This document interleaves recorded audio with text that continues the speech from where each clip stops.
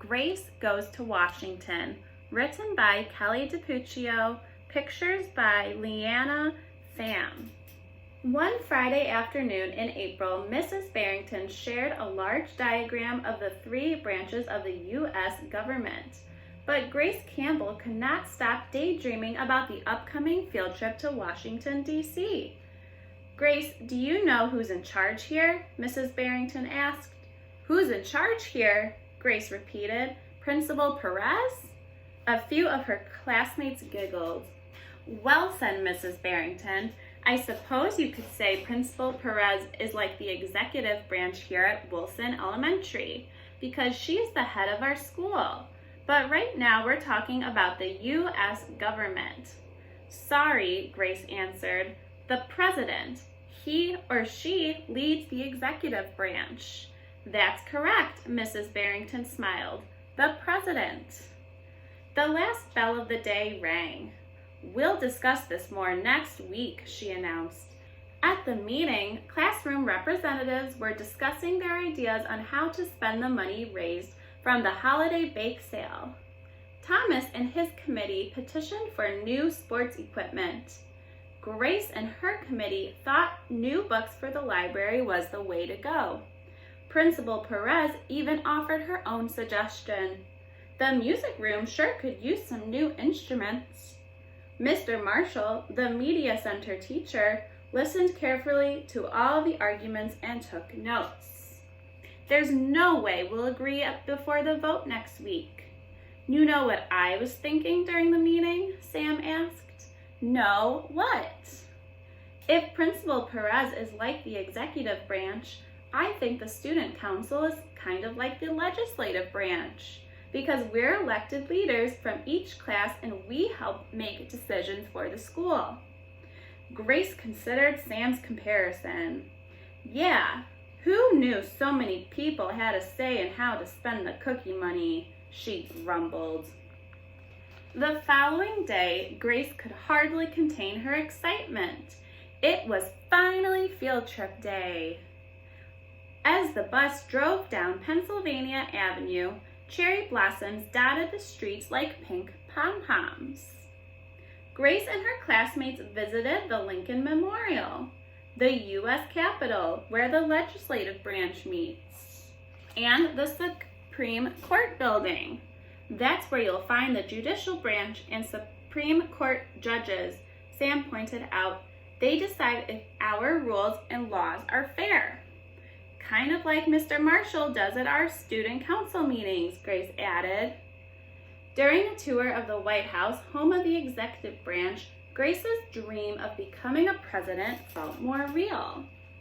The final stop of the day was the Martin Luther King Jr. Memorial.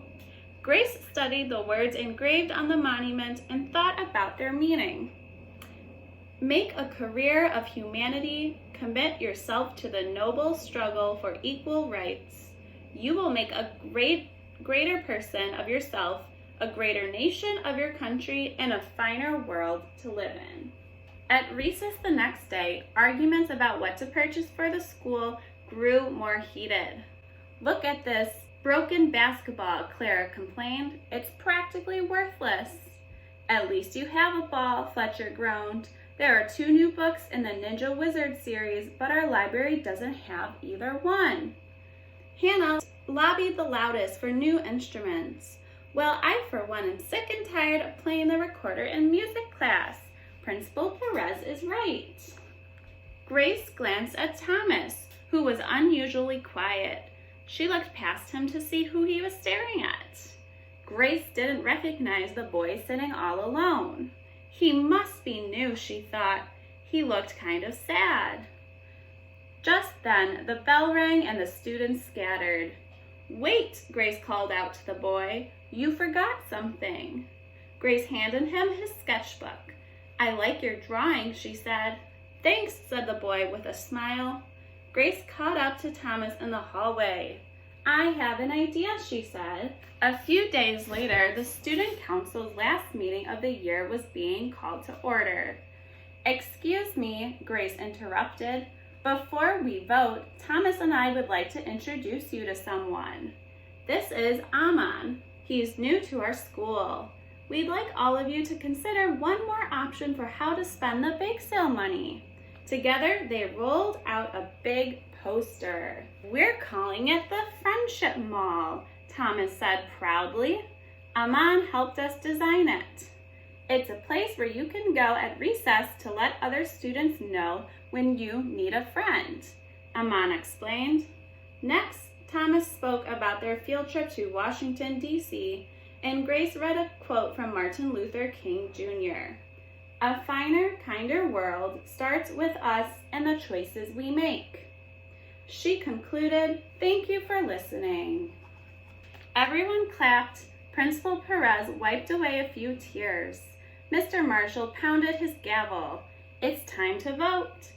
After the ballots were collected from each classroom representative and the votes were tallied, Student Council President Grace Campbell peeked at the results and grinned. All members are in favor of the Friendship Mall.